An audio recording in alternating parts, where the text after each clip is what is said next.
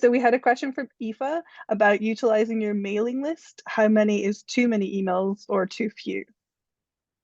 Okay, so there's lots of research and studies into this. For a genuine sale, touch points are usually somewhere between 12 and 15, believe it, for a successful end-to-end sale. Now, the key to this is making sure that you're putting the right message in front of the right people who want that message. Otherwise, of course, if you send me 15 mails on something I'm not interested in, I'm going to complain and get you banned and do all sorts of things. So one of the things people don't do is segment. What you really want to do is segment your list so that, for a number of reasons. One is so that you understand different levels of where your students are. So this is all about understanding your students, and actually fits into what I'm going to be talking about today. That the key to success in any business is actually knowing your clients, in this case, students, knowing your students, knowing their needs. It's not about you and what you're doing and what you're providing. It's understanding what's their world. You've got to step into their world. So if you've got the right message in front of the right people that solves a problem for them or helps them in some way, I'm not going to disengage from that. If your message is on point, I'm not going to, ban you or get rid of you or anything like that. When people start complaining, it's because you're just bombarding them, spamming them with stuff they're not interested in. So it's really important that you have a means to segment and understand your audience. Generally speaking, blanket marketing, blanket messaging does not work. If you try and target everyone, you target nobody, because the message doesn't resonate with anyone. What you're looking to do is emotionally connect with people. You want the emotional connection. And often that will be the language and the phrasing you're using makes me think, wow, that's me. You're talking about me. Goodness me, that's that. Have you, are you coming home from work stressed, no energy, upper back pain, stiff? Oh, go man, you're talking to me. Goodness. Okay, what have you got to say about that? So it's really important when you do this stuff that, yes, even once you're in that zone and talking to the right person, it can take as much as 12 to 15 touch points, but you're not selling, you're in a discussion with people about a topic they're interested in, and to a certain extent, you're presenting yourself as an expert from your personal experience. Why would I listen to you? You always think that. Why should I listen to you? And as much as I really despise lawyers and things like that, it is that same sort of concept. That why do you go to a lawyer or a doctor? Presumably because you believe they have more knowledge than you do that can help you with a problem you have, and you trust them. And that's almost the same thing here in a different way. That somebody's in communication with you because they've got some sort of problem or some sort of issue, and they believe that you've got a solution to that, or you can help them in some way.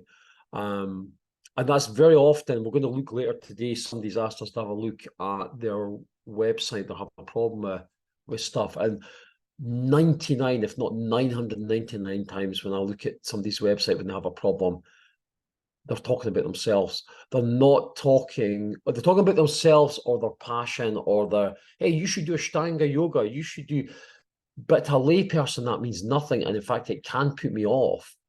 If I've never really heard of yoga, maybe my doctor or a friend said, hey, Bruce, you should try yoga for your back problems. And I go to a website and I start seeing Ashtanga yoga, Iyengar yoga, pranayama. I'm like, oh my God, this is no, I'm out of my depth here. I'm going to make a fool of myself. If I walk into this environment, I don't understand this. You can't be talking like that. What you're talking about is the solution. You're jumping straight into the solution, but you need to talk about the problem. You need people to engage, because then the solution almost doesn't matter. If you start talking about, are you constantly exhausted? Have you got a foggy mind all the time? Are you not motivated? Are you lacking energy? Okay, I'm interested. The solution happens to be maybe doing an Ashtanga yoga class, but that's kind of relevant. It's like, I've got a solution for this. From my personal experience, that was me. Before I was practicing yoga, before I was teaching yoga, that was me. I used to be like that every day after work. It was awful. And then my life changed. So you start telling your story. My life changed. I came across, Ashtanga yoga. And you tell that story about how it affected you, how it changed you, why you become a teacher, and now you're Your passion is to help people who have the same problems and same issues. Now I'm in, now I'm on board. Now, and all of that, I've just given you a reason why you should trust me, why you should listen, because I've been where you are. And at the moment, it seems like there's no out for you. You feel like, oh my God, there's no hope. I'm stuck here in this hopeless place. And now you've got somebody in front of you saying, I was you. I thought it was hopeless as well. And now I find there is a way out of this. And I can help you with that way out. And that's it. So yeah, a lot of the stuff going back to the touch points is people misunderstand, especially in this day and age. Whenever you're putting your own stuff, take yourself out of your teaching mode or business mode and put yourself into a situation with your customer. So, for example, let's think, so I might if I'm not getting up in time to make fresh juices, I might buy Plenish juices, for example. I bought Plenish juices before. Now, quite often they'll have sales and things going on, like special offers, do a cleanse this week, get 30% off. And I look and think, I must do that, but I get caught and I forget. Now, for that whole week of the sale, I'll maybe get 20 emails from them. And actually, it's a positive thing because I'm thinking, God damn, I must do that before that sale ends.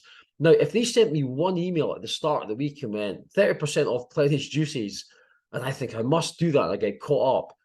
Next day, 2, 3 days later, it's gone. I've forgotten all about it. And then I suddenly remember and go, damn. And I look and I go, the offer's over. Damn it, I missed that offer. So in this day and age, people are used to getting reminded and they almost need it. They almost need it. So I know it's a very British thing to go, oh, I don't want to offend people. I don't want to bombard people. So instead, find a way to give people the power to decide what they want information on or not from you. That's the key to this. So it doesn't really matter how many touch points at that point. And don't just go straight in for the sale. You see that a lot when we do the YAPTAs and trainers or teachers sign up and they offer YAPTAs. So YAPTAs are just tasters of something they're offering. So here's a taster of a training course or something. And the idea is you have one teaching point and it's there so that potential clients can get an understanding of the way you teach, the quality of the information you present, whether they resonate with you as a teacher. So it's really almost like an advert.